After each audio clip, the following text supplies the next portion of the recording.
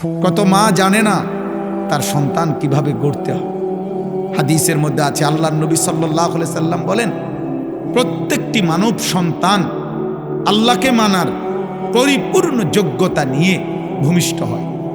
মা মিন মাউলুদিন ইল্লা ইউলাদু আলাল ফিতরা। প্রতিটি মানব সন্তান সৃষ্টিগতভাবে আল্লাহর সমস্ত হুকুম মানার যোগ্যতা আল্লাহ তার শরীরের মধ্যে দিয়ে দেয়। কোরআনে আল্লাহ বলছেন, ফিতরাতাল্লাহিল্লাতী ফাতারান নাস আলাইহা। এই জন্য বললাম, আল্লাহ তাআলা বলেন আমি আল্লাহই সৃষ্টিগতভাবে আমাকে মানার যোগ্যতা দিয়ে সৃষ্টি করেছি। এবং আল্লাহ বলেন মৃত্যু পর্যন্ত আমি আল্লাহ বান্দার এই যোগ্যতা কখনোই তার থেকে সরাই না। লা তাবদীলা লিখালকিল্লাহ, মানে 90 বছর পরেও যদি কোনো নাফরমান পাপী আল্লাহকে ডাকতে চায়, হতে পারে গত 90 বছর কোনোদিন সেজদা দেয় নাই, 90 বছর পরে মনে করেন কালেমা পড়ছে, তো আল্লাহ তাআলা বলেন আজও যদি চায় আমি আজই তাকে সেজদার তৌফিক দিয়ে দেব। মানে আমি সৃষ্টিগত এই যোগ্যতা কি করি না, সরাই না, কখনোই সরাই না, আমি নষ্ট করি না। তার যে কোনো সময় বান্দা চাইলে আমার গোলামি করতে পারে, কারণ আমিটা তার শরীরের মধ্যে সৃষ্টিগতভাবে আমাকে মানার, আমার গোলামি করার, আমাকে রুকু করার, সেজদা করার তৌফিক যোগ্যতা আমি দিয়েছি। যালিকা দ্বীনুল কাইয়্যিম, এটা আমার অকাট্য বিধান, এটা আমার চূড়ান্ত ফয়সালা, এটা বদলাবে না। তো বলতেছিলাম রাসূলুল্লাহ সাল্লাল্লাহু আলাইহি সাল্লাম বলছেন, তাহলে সৃষ্টিগত এই যোগ্যতা নষ্ট করলো কে? এই মানুষটা কুফরি করে কেন এখন?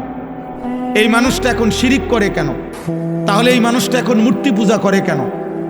আল্লাহ তো তাকে সৃষ্টিগতভাবে যোগ্যতাই দিয়েছিলেন। আখরাজাকুম মিন বুতুনি উম্মাহাতিকুম লা তা'লামুনা শাইআন। কোরআনে আল্লাহ বলছেন, আল্লাহ তোমাদেরকে মায়ের পেট থেকে বের করে এনেছেন এই অবস্থায় যখন তোমরা কিছুই জানতে না, কিছুই জানতে না। আমি দিয়েছি তোমাদেরকে সব। দুনিয়ার থেকে জন্মের পরে পৃথিবীর কারো কাছ থেকে তোমার জ্ঞান আসে নাই, আমি দিছি। সমস্ত কিছু আমি তোমার মধ্যে দিয়ে রাখছি। আ'তা কুল্লা শাইইন খালকাহু সুম্মা হাদা। আল্লাহ বলেন প্রত্যেক মানুষকে সৃষ্টি আমি করেছি, অতঃপর প্রত্যেক সৃষ্টিকে তার চলার পথের জন্য যে পরিমাণ দিক নির্দেশনা দরকার সেটা আমিই দিয়েছি। এক কুকুর কেমনে বুঝে লাঠি আলগি দিলে ওই চলে যায় কেমনে? ও কেমনে বুঝে এটা দিয়ে আঘাত করলে ও ব্যথা পাবে, ও ক্ষতিগ্রস্ত হবে? ওটা কুত্তাই বুঝলো কেমনে? ও তো কোথাও পড়ে নাই, কোথাও পড়ে নাই। তাইলে একটা জানোয়ারও তো তার প্রয়োজন পরিমাণ বুঝ আল্লাহ তাকে দিয়েছে। আল্লাহ বলেন আমি দিয়েছি, আমি দিয়েছি, যার যেটুকু লাগবে ততটুকু আমি দিছি। এজন্য সৃষ্টিগতভাবে কোরআনে আছে, ইন্না খালাকনাল ইনসানা মিন নুতফাতিন আমশাজ। আল্লাহ বলেন একটি বীর্যের ফোঁটা থেকে, স্বামী স্ত্রীর বীর্যের ফোঁটা থেকে আমি আল্লাহ মানুষকে সৃষ্টি করেছি। নাবতালিহি, পরীক্ষা করার জন্য। ফাজাআল, দুনিয়ায় মানে তার আমল, তার ঈমান আমল পরীক্ষার জন্য। তা আল্লাহকে যদি বলি আল্লাহ পরীক্ষার জন্য আপনি কি কি দিছেন? ফাজআলনাহু সামিআন বাসীরা, আমি কান, চোখ, সারা অঙ্গ আমি আল্লাহ পরীক্ষায় উত্তীর্ণ হওয়ার মতো যোগ্যতা দিয়েই সাজিয়েছি।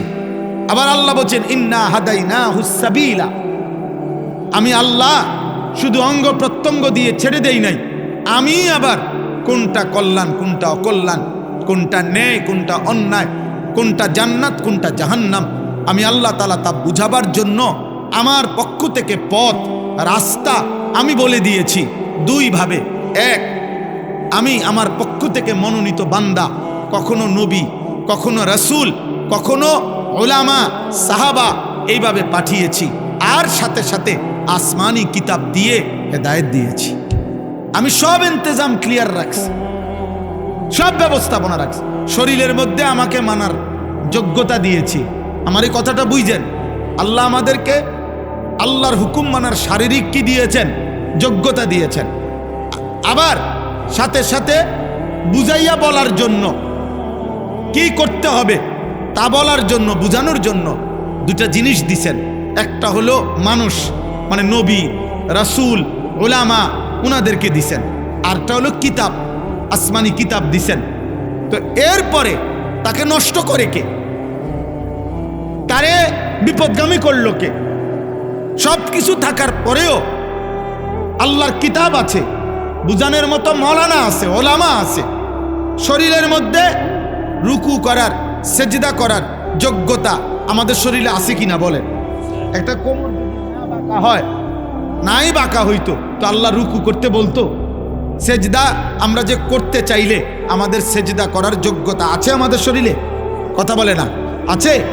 আছে, অবশ্যই আছে। কিন্তু একটা কুকুরকে বলেন, একটা ছাগলকে বলেন যে তাকবীরে তাহরিমা বাঁধো,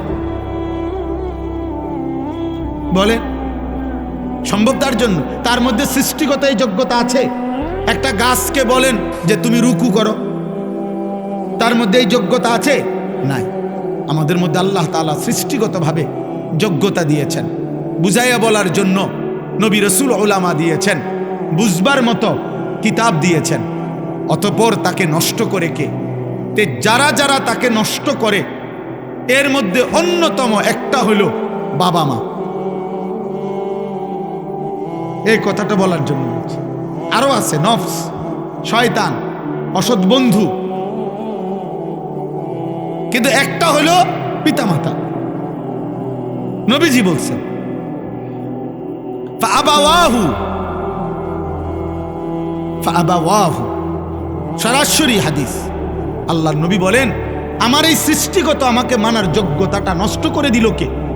নবীজি বলেন তার বাবা মা। তার বাবা মা ইউহাব্বিদানিহি, তাকে ইহুদি বানিয়ে দিল, আও ইউনাসসিরানিহি, তাকে খ্রিস্টান বানিয়ে দিল, আও ইউমাজ্জিসানিহি, তাকে অগ্নি পূজক বানিয়ে দিল। আপনার ঘরে হিন্দি সিরিয়াল চলে, আপনার ঘরের টেলিভিশনের মধ্যে হিন্দি সিনেমা চলে। হিন্দি সিনেমার প্রত্যেকটার মধ্যে দুইটা জিনিসকে বিশেষভাবে দেখানো হয়। এক জিনিস মনে রাখবেন, হিন্দি সিনেমার মধ্যে অগণিত হিন্দি ছবির মধ্যে অহরহ হিন্দুদের ধর্মীয় পূজা অর্চনা, উপাসনা, মূর্তির দেবতার পূজা। তাইলে আপনার মুসলমানের মা, মুসলমানের ঘরওয়ালা বাবা, সে তার ছেলে মেয়ের জন্য যা ইন্তজাম করলো, সে প্রকাশ্যে ঘরের মধ্যে দেখে মূর্তি পূজার মহড়া। তাইলে তাইলে আপনি তাকে দেখাইলেন, ওই বাচ্চা বুঝ হওয়ার পর থেকে দেখলো যে সে, আপনি সিগারেট খান, প্রতি মুহূর্তে আপনার মুখের সামনে দিয়ে ধোঁয়া বাইর হয়, আগুন বাইর হয়। আপনার বিড়ি সিগারেটের প্রত্যেকটার মধ্যে মুখে আপনার আগুন থাকে। তো বাচ্চা দেখে আগুন হইল আমার বাবার ধর্ম, আমার বাবার ধর্ম, আমার দাদার ধর্ম হইল আগুন, অতএব আমার প্রিয় জিনিস হওয়া উচিত আগুন। তো আগুন এটা প্রতীক, এটা তো মূর্তি পূজক, আগুন পূজারীর, এটা তো ইমানদারের প্রতীক হইতে পারেন। আপনি সন্তানকে কি শিখাইলেন? আপনি কি শিখাইলেন বলেন? তাইলে এই জন্য এটা বোঝা উচিত, পিতা মাতার খামখেয়ালি আহা সন্তান বরবাদ করে দেয়।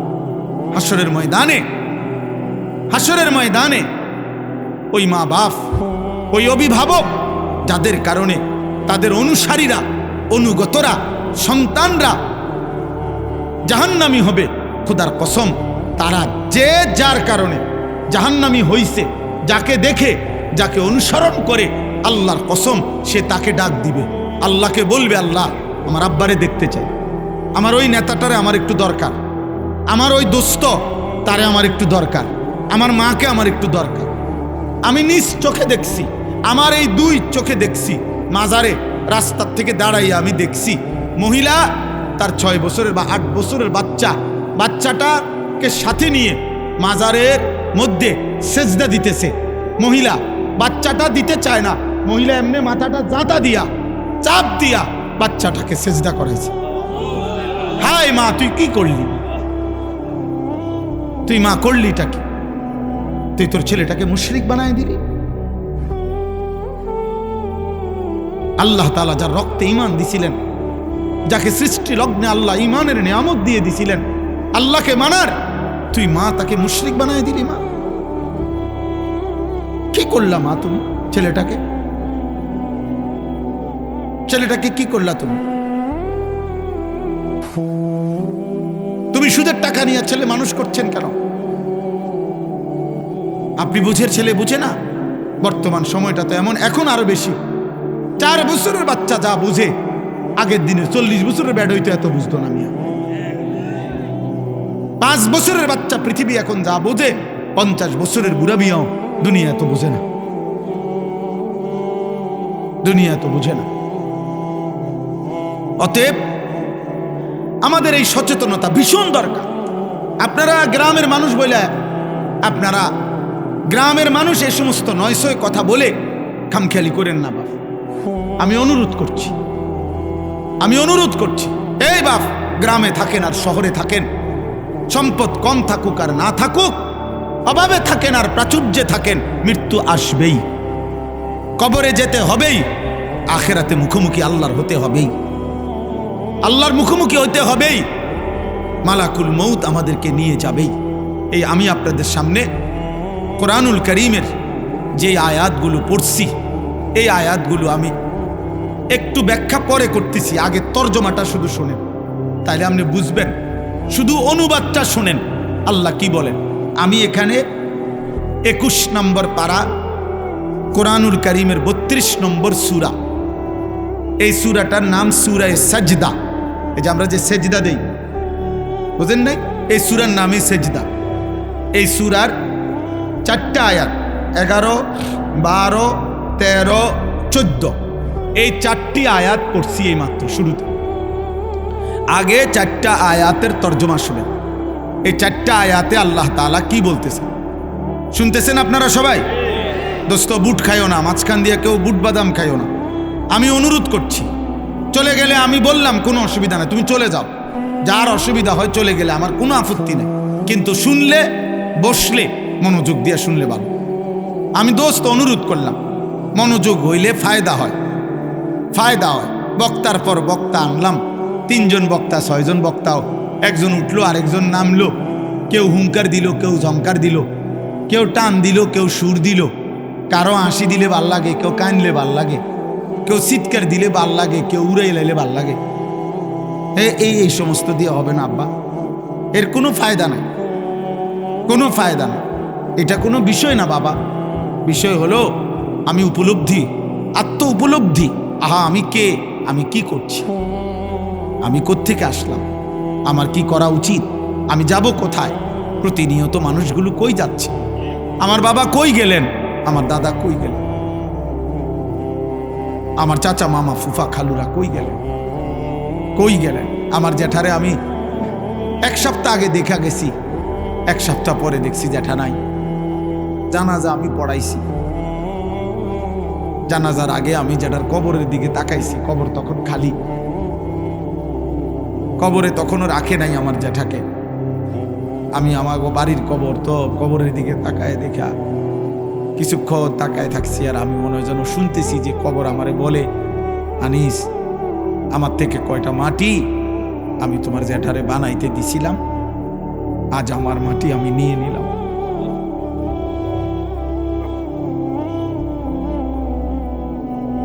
আজ আমার মাটি আমি নিয়ে নিলাম।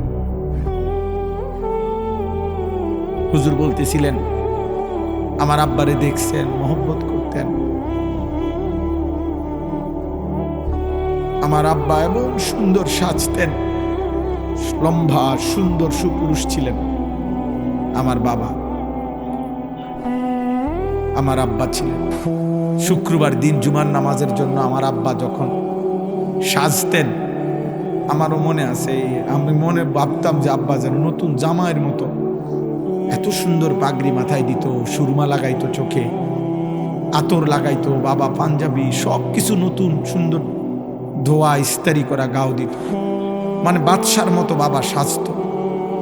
আমার সেই সুন্দর বাবা, সাজগোজওয়ালা বাবা। তা আমি জানি না এখন বাপ আমার কবরে কেমন আছে। হযরত ওমর ইবনে আব্দুল আজিজ রাহমাতুল্লাহি আলাইহি তিনি কবরস্থানে দাঁড়িয়ে বলতেন, হে কবর মাজা ফাআলতা বিল আহিব্বা। এটা দোস্ত ওমর ইবনে আব্দুল আজিজের কওল। আমার এই দোস্ত নুরুল আলম ওই শুনতে চায় ওমর ইবনে আব্দুল আজিজের নাম, আমি এই জন্য শুনাইলাম। ওমর ইবনে আব্দুল আজিজ কবরের সামনে দাঁড়িয়ে বলতেন, হে কবর, বলো না তুমি আমার স্বজনদের সাথে কি করেছো? আইনাল আহবাব, আমার বন্ধুরা কোথায়? আমার আপনজনরা কোথায়? আইনাল আসদিকা, আমার বন্ধুরা কোথায়? আইনাল জুল্লাস, আমি যাদের সাথে বসতাম তারা কোথায়? আইনাস সাম্মার, আমি যাদের সাথে রাত জেগে গল্প করতাম আমার সেই আপনজনরা কোথায়? তিনি আবার কানতে কানতে বলতেন যে, হে দুনিয়াবাসী শোনো, কবর আমারে বলতেছে, ওমর ইবনে আব্দুল আজিজ, তোর চাচা মামা ফুফা তোর স্বজন তোর বন্ধুদেরকে আমি মাটি একটা একটা করে অঙ্গ, হাত পাও চোখ নাক কান খুলে খুলে ফেলছি, আমার মাটি আমার সাথে আমি মিশায় ফেলছি।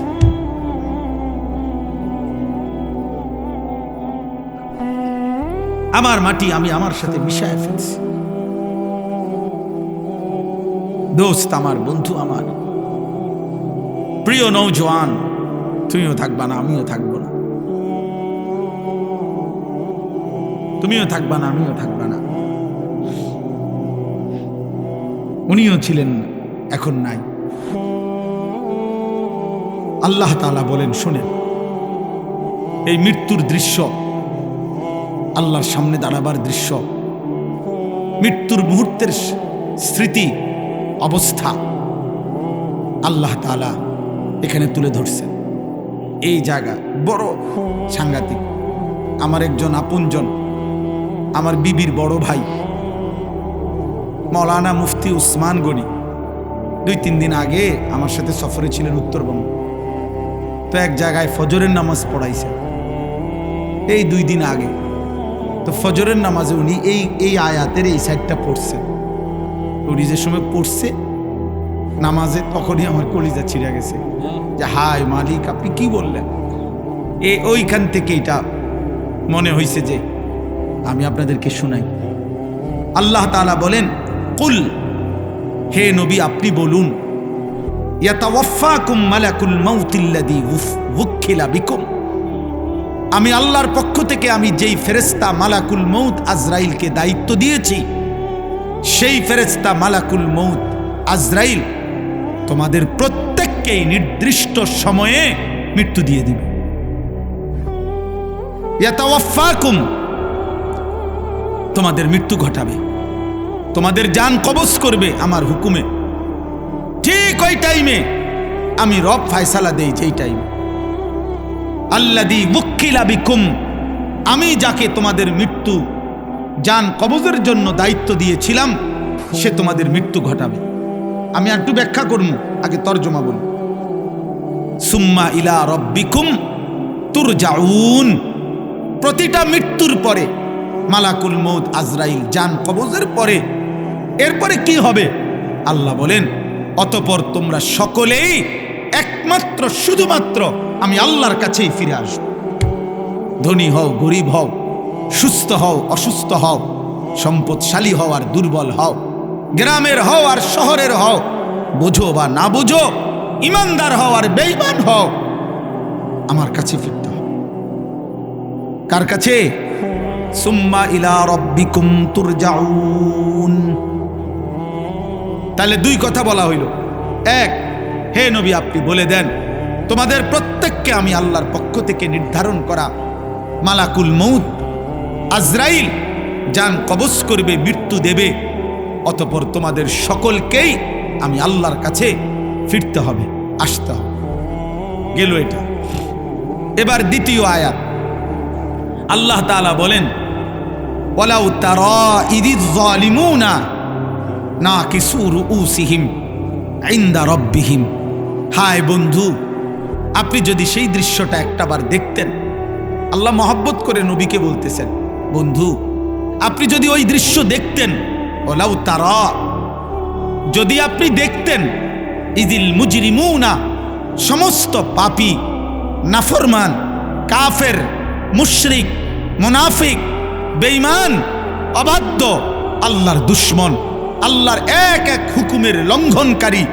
নামাজ নাই, বন্দিগি নাই, ঈমান নাই, সেজদা নাই, গোলামি নাই, হালাল হারামের পার্থক্য নাই, চুরি, ডাকাতি, জিনা, ব্যভিচার, মদ, জুয়া, বেপরদিগি, বেহায়াপনায় জীবন শেষ করছে যারা, আল্লাহ বলেন আপনি যদি এমন একটা একটা পাপীকে আপনি যদি দেখতেন, না কিসুর উসিহিম ইনদা রাব্বিহিম, প্রত্যেকেই কিভাবে আমি আল্লাহর সামনে নিজেদের মাথা নুয়ে মাথাটা নিচের দিকে দিয়ে দাঁড়িয়ে আছে। সেদিন আমি আল্লাহর সামনে চোখ তুলে তাকাবে, সেদিন আমি আল্লাহর চোখের দিকে তাকিয়ে একটা প্রশ্নের উত্তর দিবে, সেদিন আমি আল্লাহর মুখোমুখি হলে আমার দিকে চোখ ফিরে দেখবে। খোদার কসম আল্লাহ বলে, বান্দা এই সক্ষমতা থাকবে না,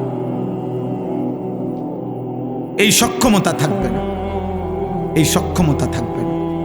আল্লাহ এবার বলেন, তো মাথা নিচের দিকে দিয়ে নাফরমান চোখের পানি ফেলতে ফেলতে বলবে, রব্বানা আবসারনা ওয়া সামি'না, আল্লাহ জাহান্নামের দৃশ্য যা দেখার তা তো দেখলাম, যা শুনবার আযাবের ঘোষণা তা তো শুনলাম, ফারজি'না, অতএব মাওলা আপনার কাছে মুখোমুখি হয়ে মাথা নিচের দিকে নামিয়ে অপরাধী হিসাবে স্বীকৃতি দিয়ে আজ শুধু একটা আবদার, আমার একটা বারের জন্য দুনিয়ায় ফেরত দেন, আর একবার আমারে দুনিয়ায় যেতে দেন, না আমাল সালিহান, এবার গেলে সত্যি সত্যি আমি নেক আমল করব, গুনাহ ছাড়ব, সেজদা দেব, আপনার গোলামি করব। কেন? ইন্না মুকিনুন, আজ আমি আখিরাত বিশ্বাস করছি, আজ আমি কবর বিশ্বাস করছি, আজ আমি হাসর বিশ্বাস করছি, আজ আমি জান্নাত জাহান্নাম বিশ্বাস করছি। অতএব আপনি আমারে আরেকবার দুনিয়ায় ফেরত যেতে দেন। আল্লাহ তাআলা এবার তৃতীয় আয়াত, আল্লাহ তাআলা বলেন, আল্লাহ জবাব দিবেন, ওয়ালাউ শি'না লাআতাইনা কুল্লা নাফসিন হুদাহা। আল্লাহ বলেন, এই বান্দা, এই নাফরমান, তুমি জানো আমি সেই আল্লাহ, আমি তো চাইলে প্রথমবারের দুনিয়াতেই তোমাদের সকলকে সেজদা দেওয়াইতে পারতাম, আমার গোলামি করাইতে পারতাম, আমার বন্দিগি তো আমি করাইতে পারতাম, আমি তো ক্ষমতাবান ছিলাম, আমি তো পারতাম। আমার এক সুতা নাফরমানি করে এক ঢোক পানি তো পান করতে পারতা না।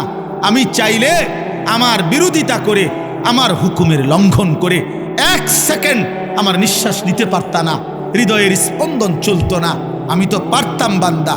কিন্তু ওয়ালাকিন হাক্কাল কওলু মিন্নি, আমি আল্লাহর চূড়ান্ত ফয়সালা এটা, লা আমলা আন্না জাহান্নামা, আমি জাহান্নামকে পূর্ণ করব, মিনাল জিন্নাতি ওয়ান নাসি আজমাইন, অগণিত মানুষ এবং জিনের দ্বারা, অগণিত মানুষ এবং জিনের মাধ্যমে আমি আমার জাহান্নামকে পূর্ণ করে দেব। নাউযুবিল্লাহ, নাউযুবিল্লাহ। আল্লাহ বলছেন, এই জন্য আমি তো সকলকে চাইলে দুনিয়াতে, আচ্ছা বলেন আমরা যারা এখানে আছি এক ওয়াক্ত নামাজ পড়ি না, আল্লাহ চাইলে আমাদেরকে নামাজ পড়াইতে পারবে না। আমরা যারা আল্লাহর নাফরমানি করি, আমাদের আল্লাহ চাইলে আমাদেরকে আল্লাহর অনুগত বান্দা হিসাবে দুনিয়া চালাইতে পারবে না। আমরা আল্লাহ আমাদের সাথে কুলাবে না। কথা বলেন না কেন? আল্লাহ আমাদের সাথে পারবে না। আল্লাহ তাআলা বলেন, ফাযুকু, এই দেখেন শেষ আয়াত, ফাযুকু বিমা নাসিতুম লিকা ইয়াউমিকুম হাদা। অতএব হে বান্দা, এটা সাংঘাতিক কথা, হে আমার নাফরমান বান্দা, জাহান্নামের আযাব ভোগ করো। আজকে নাসিতুম লিকা ইয়াউমিকুম হাদা, এই আখিরাত, এই পরকাল, এই হাসরের মাঠ তুমি দুনিয়ায় থাকতে ভুলে গিয়েছিলে। কত লক্ষবার তোমার কাছে আমি পৌঁছাইছি, কত ইমাম, কত আলেম, কত ওয়াইস, কত আউলিয়া, কত পীর, কত বুজুর্গ, আল্লাহর প্রিয় বান্দা চোখের পানি ফেলে ফেলে তোমারে বলছিল, তুমি টোটালি আখিরাত ভুলে গেছো, গুনার নাফরমানির উৎসব করছো, গুনার নাফরমানির জোয়ার উঠায় দিছো। তুমি যেমন সেদিন দুনিয়ায় থাকতে আজকের আখিরাতকে ভুলে গিয়েছো। আল্লাহ বলেন, ইন্না নাসিনাকুম, আজ আমি আল্লাহ তোকে ভুলে গেলাম, আজ আমি তোকে ভুলে গেলাম। অতএব দেখি এবার তোর কোন বাপ তোরে বাঁচায়। এবার তুমি বলো বান্দা, তোমার কোন বাপ তোমাকে বাঁচাবে? আল্লাহ বলেন ফাজুকু ওয়াজুকু আযাবাল খুলদি বিমা কুনতুম তা'মালুন। অতএব তোমার সারা জীবনের যা কর্ম, পাপ, নাফরমানি, তোমার কুফর, তোমার শিরিক, তোমার নেফাক, তোমার গুনাহ, তোমার নাফরমানির বদলায় আজ তুমি চিরস্থায়ী আযাব জাহান্নাম ভোগ করো। নাউযুবিল্লাহ। আমার ভাই, এবার ছোট্ট দুইটা কথা, এই তর্জমা শেষ। আমি যেহেতু রাত হয়েছে এই জন্য লম্বা করতে চাচ্ছি না, একসাথে আমি তর্জমা বলে দিলাম। তাহলে এই আয়াতের মূল বক্তব্য কি? মূল বক্তব্য হলো, প্রথম কথা হলো মালাকুল মউত আজরাইল আমাদের প্রত্যেকের জান কবজ করবে কিনা বলে?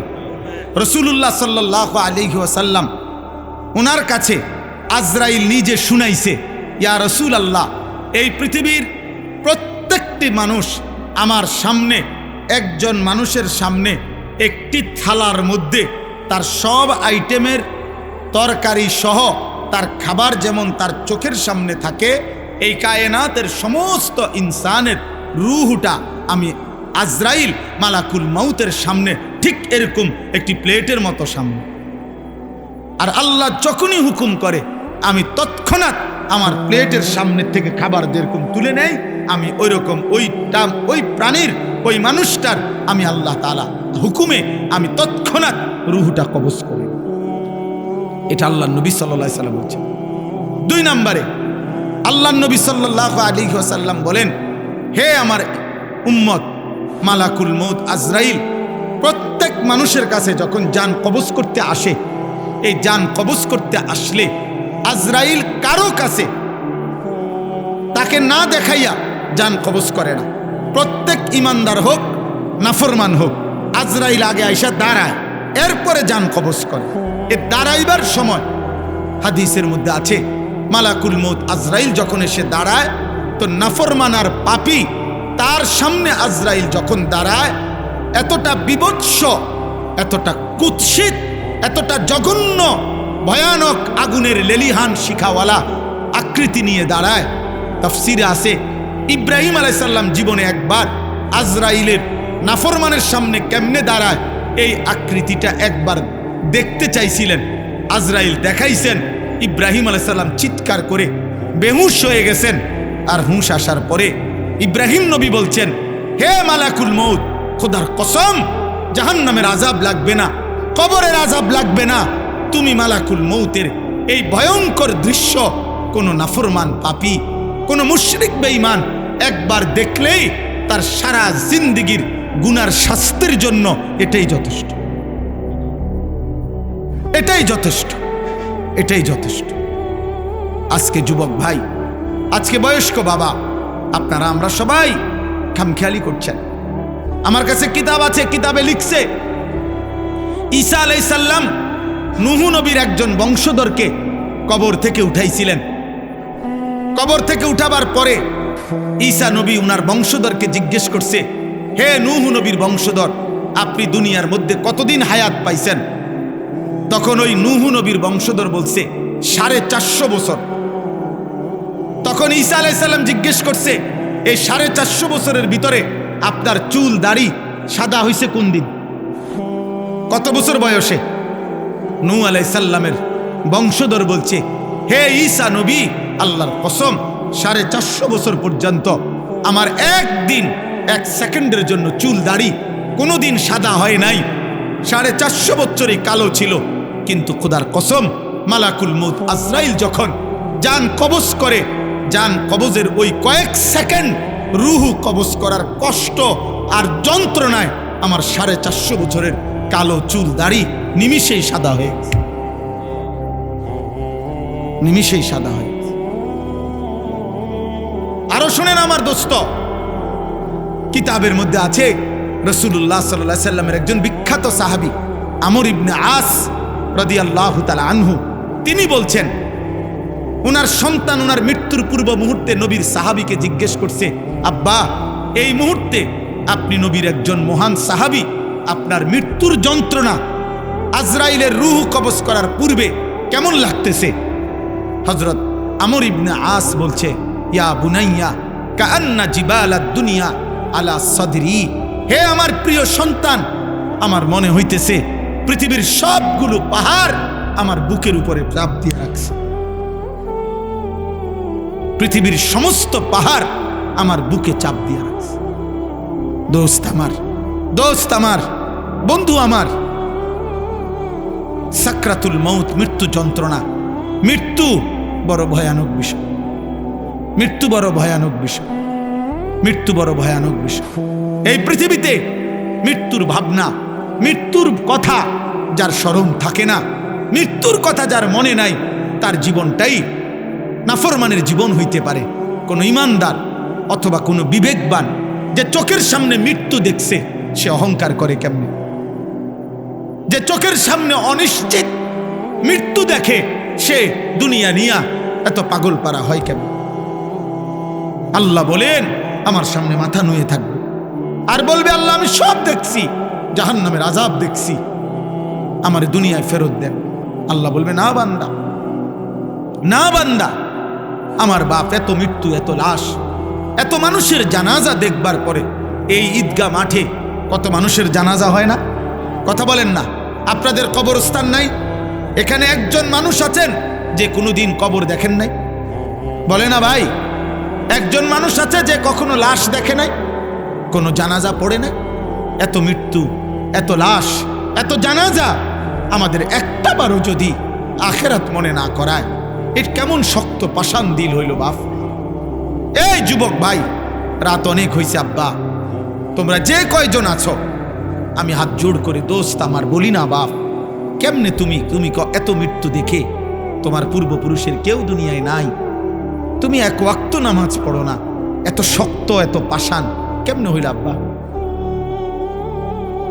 আরে আব্বা, দুনিয়ার মেম্বার, চেয়ারম্যান, দুনিয়ার কোনো নেতা মেতার বিরোধিতা করিলে হইতে পারে সাময়িক কিছু যন্ত্রণা হইতে পারে, পেরেশানি হইতে পারে, কিন্তু এত বড় সৃষ্টিকর্তার নাফরমানি করে যাবা কোথায়? যাবা কোথায় বাপ?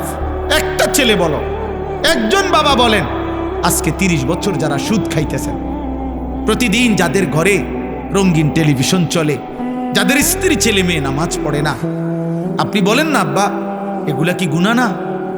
কথা বলেন না কেন? তো এই গুনার কি কোনো আখিরাতে হিসাব হবে না? আমার বাপ, কোরআনুল কারীমের মধ্যে আছে একজন নাফরমান মোট 3 বার আল্লাহর কাছে আবার দুনিয়ায় ফেরত আসতে চাইবে। খোদার কসম 3 বারই আল্লাহ বলবেন না না না বান্দা। একবার যখন জান কবজের সময় হয়, আজরাইলের ভয়ানক এই বিভৎস কুৎসিত চেহারা দেখে নাফরমান চিৎকার দিয়া বলবে, পৃথিবীবাসী শুনবে না। আল্লাহ বলছে, নাফরমান বলবে রব্বির জিউন, আল্লাহ দুনিয়ায় আর কিছুদিন থাকতে দেন, নেকামল করব। আল্লাহ বলবেন না। আরেকবার হাসরের ময়দানে খোদার কসম ফেরেশতারা, তাফসীরের মধ্যে আছে, কোরআনে আছে, ওয়াজিআ ইয়াউমাইদিন বিজাহান্নাম, 70,000 আগুনের শিকল দিয়া বাইদা ফেরেশতারা জাহান্নামকে টেনে হাসরের ময়দানে এনে দাঁড় করাবে। এই হাসরের ময়দানে যখন জাহান্নামের দিকে এক নজর তাকাবে, তখন জাহান্নামীর এই দৃশ্য দেখে জাহান্নামী নাফরমান চিৎকার দিয়ে আল্লাহকে বলবে, আল্লাহ আমারে দুনিয়ায় ফেরত যেতে দেন। আল্লাহ বলবে না। এই দ্বিতীয়বার। আর তৃতীয়বার হলো যখন জাহান্নামীকে জাহান্নামে ফেলা হবে, প্রতি মুহূর্তে, প্রতি সেকেন্ড, রব্বে কাবার কসম, মিনিট মিনিট জাহান্নামী শুধু চিৎকারই করবে আর বলবে, আল্লাহ দুনিয়ায় ফেরত যেতে দেন, দুনিয়ায় ফেরত যেতে দেন, দুনিয়ায় ফেরত যেতে দেন। নেকামল করবো রে মাওলা, নেকামল করবো রে মাওলা, নেকামল করবো রে মাওলা। আল্লাহ বলবেন, আমি হায়াত দিছি তো বান্দা, আমি আমার প্রতিনিধি পাঠিয়েছি তো বান্দা, তুমি আমার কথা গুরুত্ব দাও নাই। এইভাবে বলতে বলতে কোরআনে আছে শেষ পর্যন্ত আল্লাহ, এটা মারাত্মক বিষয়, শেষ পর্যন্ত আল্লাহ একটা পর্যায়ে জাহান্নামীকে বলবে, কাল আকসাউ ফিহা ওয়ালা তুকাল্লিমুন, আমার নাফরমান বান্দা আর একটা কথা বলবি না, তুই জাহান্নামে পড়ে থাক, আর কোনো শব্দ বের করবি না, আর মুক্তি চাইবি না দুনিয়া যাওয়ার জন্য, আর মুখ দিয়ে আর বলতেও পারবি না। এই আল্লাহ যখন বলবে ওয়ালা তুকাল্লিমুন, হে বান্দা আর কথা বলো না, খোদার কসম তাফসীর মাআরিফুল কোরআনে লিখছে, তখন জাহান্নামের জবান দিয়া আর কোনো শব্দ বের হবে না। এবার যা বের হবে তা হয় কুকুর নাই তো গাধার বিকট আওয়াজ। জাহান্নামের জবান থেকে কুত্তার আওয়াজ বের হবে, গাধার আওয়াজ।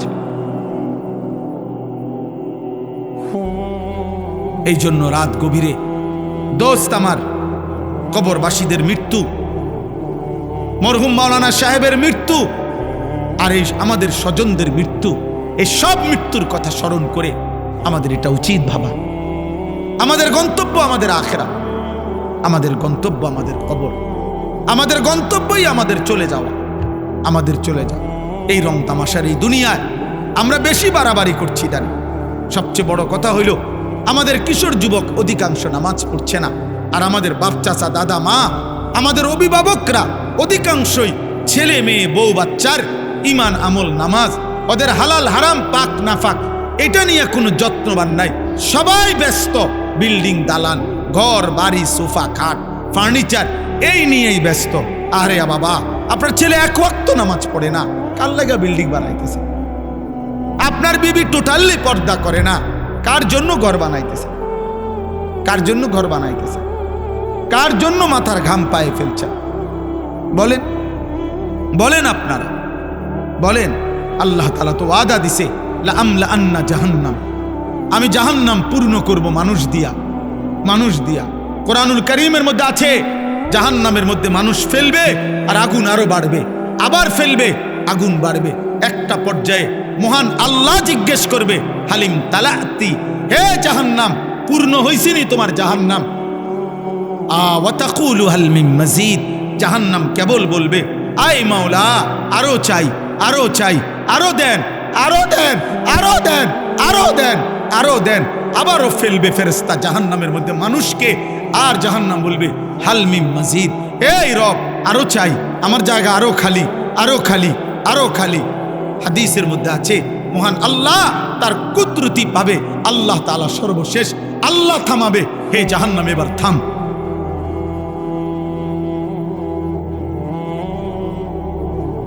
আফসোসের বিষয়, আফসোসের বিষয়। আপনি ভেবে দেখেন, আমরা কিতাবে পড়ছি, আমার কাছে এই কিতাব গাড়িতে আছে। একজন বড় বুজুর্গ ছিলেন আলী ইবনে ফুজাইল, এই মহান বুজুর্গ একদিন রাত্রিবেলা আল্লাহর কোরআন পড়তেছিলেন। তো পড়তে পড়তে হঠাৎ কোরআন শরীফের এই আয়াত পড়ছেন, ওয়াকিফুহুম ইন্নাহুম মাসউলুন। কিয়ামতের দিন আল্লাহ ফেরেশতাদেরকে বলবে, আমার বান্দাকে আমার সামনে এনে দাঁড় করাও, আমি আল্লাহ এখন তাকে জিজ্ঞেস করব। এই কথাইটা উনি যখন পড়তেছিলেন তাফসীরের মধ্যে, আরে ওই হাদিস কিতাবে আছে, উনি এত বেশিবার এই আয়াতিটা বারবার পড়তেছিলেন আর কাঁদতেছেন, আহা আল্লাহ জিজ্ঞেস করবে, আল্লাহ জিজ্ঞেস করবে, আল্লাহ জিজ্ঞেস করবে। একটু পরে ঘরওয়ালারা টের পাইছে উনি বেহুশ হয়ে গেছেন। এরপরে হাত দিয়ে দেখছে না, উনি মারাই গেছেন, মারাই গেছেন। এই এক কথা শুধু ভাবছেন, আহা আমার রব আমাকে জিজ্ঞেস করবে, আমি কি উত্তর দেব? আমার রব আমাকে জিজ্ঞেস করবে, আমার মালিক বলবে, আনিস 365 দিনে কোনো দিন ফজরের নামাজ পড়লা না? আমার ভোরের আলো তোমায় কখনো দেখলো না? প্রতিটা দিন সূর্যের আলো, এই ভোরবেলা যে আমি সূর্য উঠাইলাম তোমার জন্য উঠাইছিলাম। আমি তো আল্লাহ সূর্য ছাড়াও আমি তো আছি, আমি তো তোমার জন্য ভোর এনেছিলাম, তুমি আমার সেজদা দিলা না? আমি তো তোমার জন্য রাত্র ডুবাইছিলাম, সূর্য অস্ত গিয়েছিল, তুমি মাগরিব পড়লা না? তুমি এশার নামাজ পড়লা না? কি উত্তর হবে আব্বা বলে? এজন্য আমি সব সময় বলি, ওই মৃত মানুষের রুহের মাগফিরাত এটার চাইতে বেশি দরকার আমাদের জীবিত মানুষের হেদায়েতের ফিকির। যে কবরে চলে গেছে তিনি তো চলেই গেছেন, উনি ওনার ভালো মন্দ নিয়া উনি তো কবরে চলেই গেছেন, উনি আর ফিরবেন না, আর সুযোগ হবে না। উনি হাজার বুঝলেও এই কবর থেকে চিৎকার করলেও উনি তো আর এই জমিনে আসবে না। কিন্তু আমরা তো এখনো বেঁচে আছি, আমাদের তো এখনো সুযোগ ছিল, আমরা তো পারতাম আজও আল্লাহকে সেজদা দিতে, আমরা তো পারতাম আল্লাহকে ডাকতে, পারতাম আল্লাহকে ডাক। অতএব এই রাত গভীরে আমার কথা আমি এতটুকুই আজকে বললাম, আমরা প্রত্যেকে ইনশাআল্লাহ নিজের আখেরাত, নিজের কবর, নিজের মৃত্যু, এই অনিবার্য বাস্তবতাকে আমরা স্মরণ করে আমরা আখেরাতকে, নিজের জীবনকে সাজাবার চেষ্টা করব। বলেন ইনশাআল্লাহ। যুবক ভাই, তোমরা ফজরের নামাজ পড়ো ভাই। প্রিয় ভাই, তোমাদের অনেক ছেলে আব্বা, চুল, চেহারা, লেবাস, পোশাক দেখলে বোঝা যায় শরীর নাফাক, পেশাব করে পানি নাও না, নারী ছবি, অস্থি দৃশ্য দেখে দেখে নিজেদের চেহারাটা নষ্ট করে ফেলছ। অনেক ছেলে তোমরা তোমাদের অল্প বয়সে চেহারা বুঝায় যা অনেক কালো হয়ে গেছো, চেহারার সৌন্দর্য নষ্ট হয়ে গেছে। চুলের পেখম দিয়া সুন্দর হয় না আব্বা, সেজদা দিয়ে সুন্দর হয়, সেজদা দিয়ে সুন্দর হয়, সেজদা দিয়ে সুন্দর হয়, সেজদা দিয়েই সুন্দর হয়। হ্যাঁ, আহা, আল্লাহ আমাদেরকে হেফাজত করেন, আল্লাহ আমাদেরকে হেফাজত করেন, আল্লাহ আমাদেরকে হেফাজত করেন। রব্বুল আলামিন এই কপাল আমাদের বানিয়েছেনই সেজদার জন্য। এই পৃথিবীর কোনো কাজে কপাল লাগে না। মানুষ হাত পাও, মানুষ চোখ কান, মানুষ নাক দিল দিমাগ দিয়া উপার্জনের বিভিন্ন কিছু করে রোজগারের জন্য, কিন্তু কপাল দিয়া কোনো কিছু ধাক্কায়ও না, আজ্ঞায়ও না। কপাল দিয়া কোনো কাজ, পৃথিবীর উপার্জনের কোনো কাজ কপাল দিয়ে হয় না। তাহলে কপাল আল্লাহ কেন বানাইলেন? রব্বুল আলামিন বলছে, বান্দা, কপাল আমি শুধুই সেজদার জন্য বানাইছি। কপাল বানাইছি শুধু সেজদার জন্য, এটা আলাদা, স্পেশাল স্পেশাল।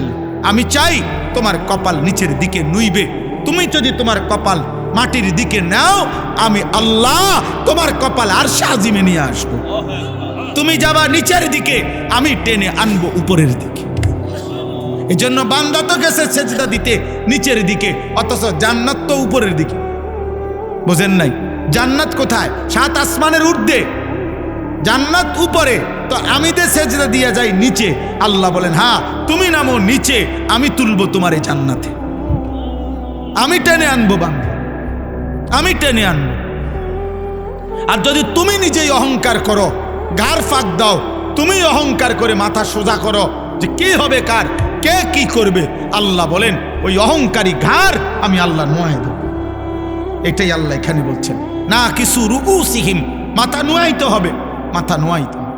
আল্লাহ তাআলা আমাদের প্রত্যেককে আখিরাতের ফিকির দান করেন। আজকে হযরত মাওলানা গিয়াসউদ্দিন সাহেব রাহিমাহুল্লাহ, ওনার এই স্মরণে এই মাহফিল, কবরবাসীদের রুহের মাগফিরাতে এই মাহফিলে আমার এটাই বক্তব্য। চলেন আমরা আমাদের এই মেহমানরা, আমাদের এই ভাইরা, আমরা প্রত্যেককেই আখিরাতকে মনে করব। বলেন ইনশাআল্লাহ, বলেন ইনশাআল্লাহ। আমরা মরবো তো আব্বা, জওয়ান ভাই বলো না, মরবা তো তোমরা সবাই। তাহলে সেজদা দাও, সেজদা। আল্লাহ বড়। এই আমার শেষ কথা ভাই, আল্লাহ কোন বান্দা সেজদা দিলে আল্লাহ সবচেয়ে বেশি খুশি হয়। আকরাব নবীজি বলছে, বান্দা আল্লাহর সবচেয়ে কাছে পৌঁছে যখন বান্দা সেজদা দেয়। এই জন্য আমার শায়েখ আল্লামা মুফতি মুশতাকুর নবী সাহেব বলে, বান্দা যখন সেজদা দেয় আল্লাহ তখন এরকম পিঠে মাথায় হাত বুলায় দেয়, হাত বুলায় দেয়, হাত বুলায় দেয়। আল্লাহ যেন কুদরতি হাত বুলিয়ে দেয় আর বলে, আনিস আচ্ছা আমার সেজদা দিছো, আমার কাছে আসছো, ঠিক আছে, ইরফা রাসাকা, মাথা তোলো বান্দা, বসো বসো।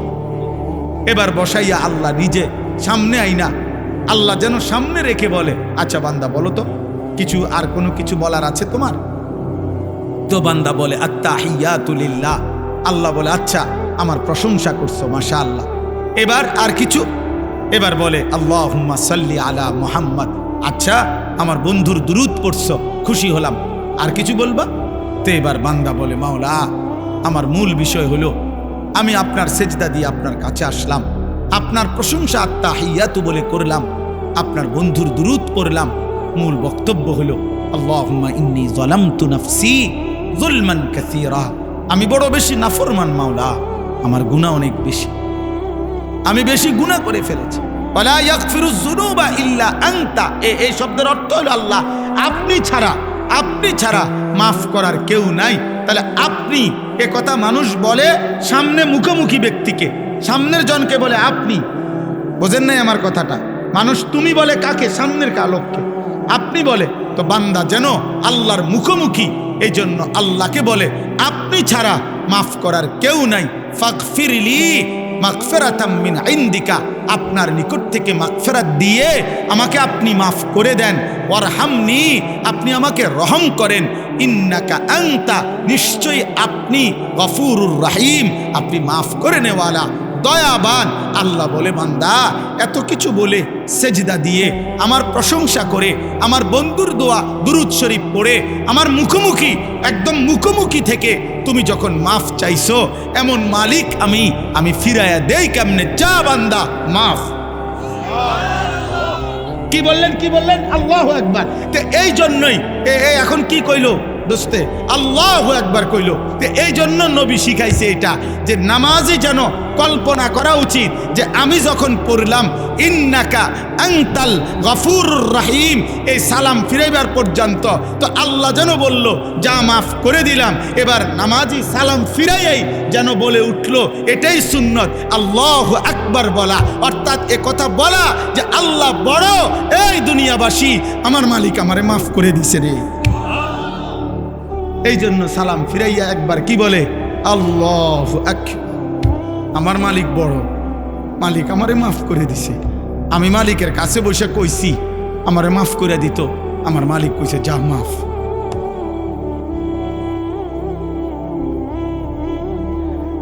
এজন্য আল্লাহ নবী সাল্লাল্লাহু আলাইহি ওয়াসাল্লাম বলছেন ইয়ামহুল্লাহু বিহিন্নাল খাতায়া, 5 ওয়াক্ত নামাজের বদলায় আল্লাহ তাআলা বান্দার সমস্ত গুনাহ মাফ করে দেয়, সব গুনাহ।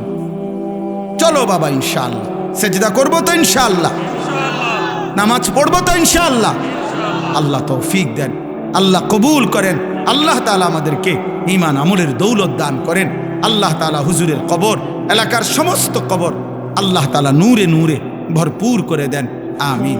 তাই দাঁড়িয়ে আছো দোস্ত, যে যতক্ষণই শোনো আমার অনুরোধ ভিতরে আসো, এতে বরকত হবে। 5 মিনিট হোক ভাইয়া, 5 মিনিট হোক, 2 মিনিট হোক, 10 মিনিট হোক, আধা ঘন্টা হোক, যে যখন প্রয়োজন আমি অনুমতি দিলাম, চলে যাবা, কোনো সমস্যা নাই। যার যখন দরকার হয়, একবারে সামনের ব্যক্তি, স্টেজের ব্যক্তি, যিনি যেখানে আছেন, যার যখন প্রয়োজন হয় চলে যাবে, কোনো অসুবিধা নেই। আমি ব্যক্তিগতভাবে এতে বিব্রত বোধ করি না আগের থেকে, কারণ প্রত্যেক মানুষের প্রয়োজন থাকতে পারে।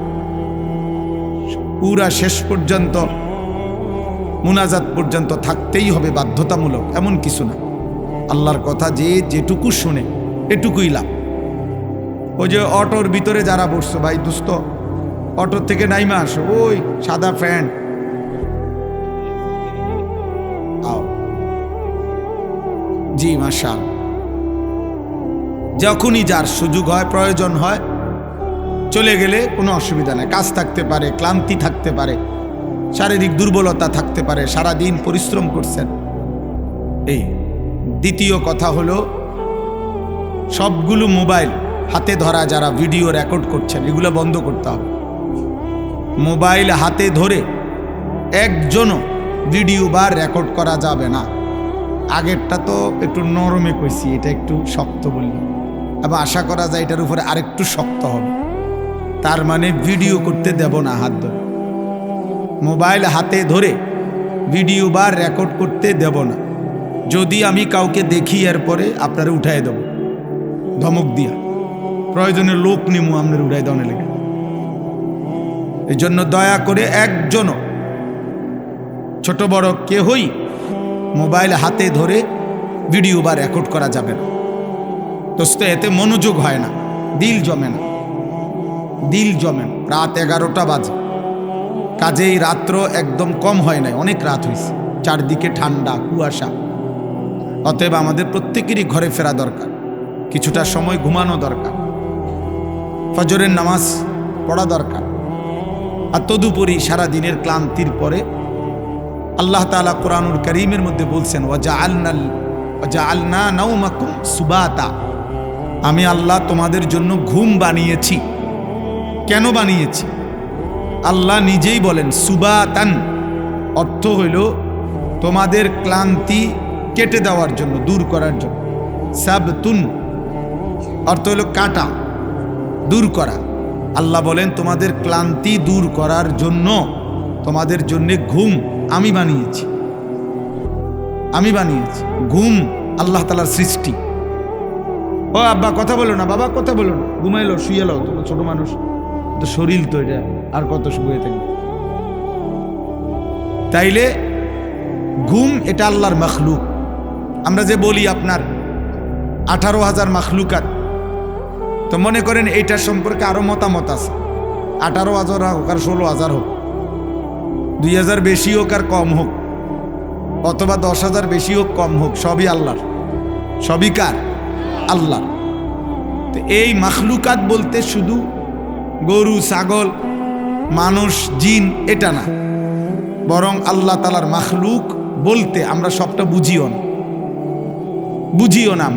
যেমন এই ঘুম, এটা আল্লাহর মখলুক, এটা আল্লাহ তাআলার মখলুক। ওয়াজআলনান নাহার, আল্লাহ বলেন আমি দিন বানিয়েছি, এটা আল্লাহর মখলুক। ওয়াজআলনাল লাইলা, আমি আল্লাহ রাত বানিয়েছি, তাহলে এটা আল্লাহর মখলুক। ওয়া আন্নাহু হুয়া আদহাকা, আল্লাহ বলেন তিনি হাসান, এ হাসি এটা আল্লাহ তাআলার মখলুক। ও আবকা, আল্লাহ কাঁদান, এটা আল্লাহর মখলুক। তাহলে আমরা আল্লাহর মখলুক কোনটা, কিরকম, কেমন, সবটা বুঝিও না। এই জন্য বাপ, প্রিয় ভাই, নওজোয়ান সবাই মিলে মহব্বতের সাথে, আন্তরিকতা নিয়ে আল্লাহর কথা শুনলে বরকত হবে। একজন পরম শ্রদ্ধেয় জনাব হযরত মাওলানা গিয়াসউদ্দিন সাহেব আমাদেরও অনেক মহব্বতের ছিলেন। এক কথায় আমাদের সমগোত্রীয় মানুষ ছিলেন। আমরা যেমন আল্লাহর দয়ায় 2-4 শব্দ রবের কথা বলার সুযোগ আল্লাহ দিছেন, তিনিও জীবিত থাকাকালীন আজীবন আল্লাহর কথা বলে বেড়াইছেন। আমি নিজেও ওনাকে বহু মাহফিলে দেখছি। ওয়াজের সূত্রেই ওনার সাথে আমার পরিচয় ছিল। এই ওয়াজ করতে গিয়ে ওনার সাথে আমার পরিচয় ছিল। ওনার ছেলে মাওলানা রহমতুল্লাহ আমার মাদ্রাসার উস্তাদ এবং আমাদের মাদ্রাসার শিক্ষা বিভাগীয় পরিচালক, নাজেমে তালিমাত। আলহামদুলিল্লাহ পুরা মাদ্রাসার 500 ছাত্র, 34 জন শিক্ষক কর্মচারী, পড়ালেখার সমস্ত বিষয় এই মাওলানাই সামলায় মাদ্রাসা। তো এই মাওলানা, আমি ওনাকে নিছিয়ে ওনার বাবার পরিচয়ের কারণে উনি শুধু বলছেন আমার একটা ছেলে দারুল আরকাম মাদ্রাসা থেকে ফারেগ হয়েছে, হুজুর তার জন্য একটা খেদমত দেখে। তা আমি বললাম যে আর কোথায় পড়ছে? বলছে যে আমার হাফেজ মাওলানা আবু হানিফ ভাই রসুলপুর মাদ্রাসায় পড়ছে। আবু হানিফ ভাই তো আবু হানিফ ভাই, আমার দোস্ত। এই জন্য দোস্তরে জিগাইছি, দোস্ত বলছে কোনো কথা নাই। আমিও বলছি আর কোনো কথা নাই। আলহামদুলিল্লাহ, আল্লাহর দয়ায় জিন্দেগির প্রথম খেদমত আমাদের মাদ্রাসায় এখনো করছে। এই জন্য ভাই সবাই মিলে, একজন প্রিয় মানুষ তিনি ছিলেন, আপনাদের ভালোবাসার মানুষ ছিলেন। আমরা জানাজার সময়ও ছিলাম এবং গত বছরের মাহফিলও আমরা ছিলাম। আল্লাহ তাআলা আমাদের সবাইকে ঈমান আমলের জীবন দান করেন।